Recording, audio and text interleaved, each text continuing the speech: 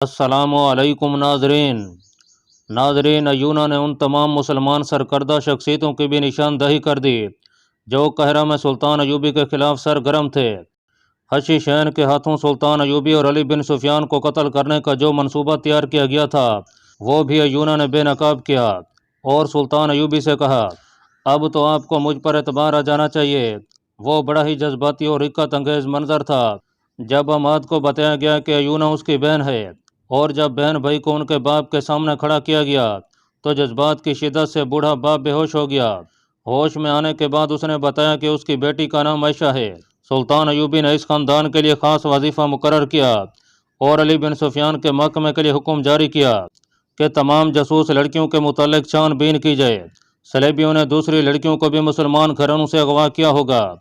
سلطان ایوبی کی فوج بہت بڑے خطرے سے محفوظ ہو گئی۔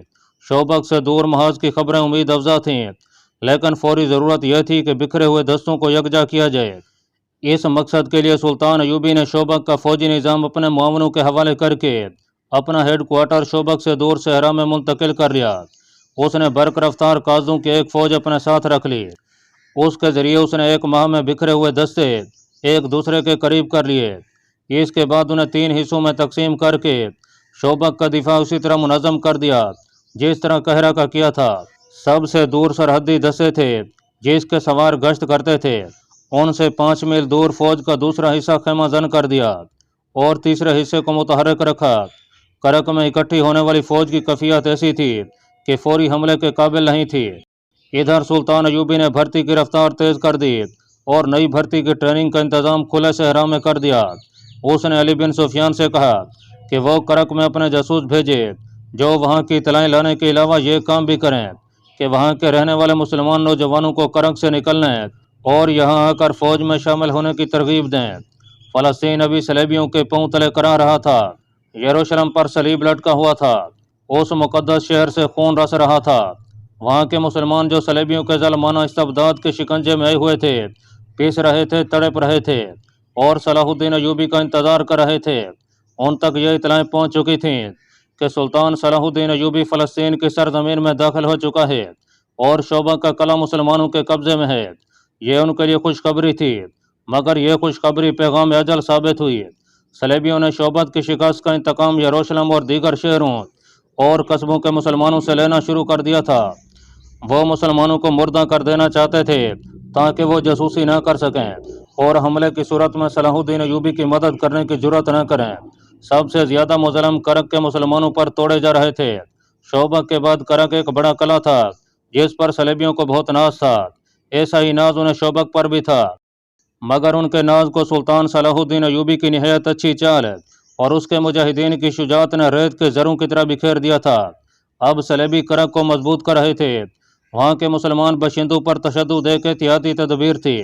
صلیبیوں کو یہ وہم ہو گیا تھا کہ مسلمان جاسوسی کرتے ہیں، چنانچہ یہاں بھی انہوں نے شعبک کی طرح مشتبہ مسلمانوں کو بیگار کیمپ میں پھینکنا شروع کر دیا تھا۔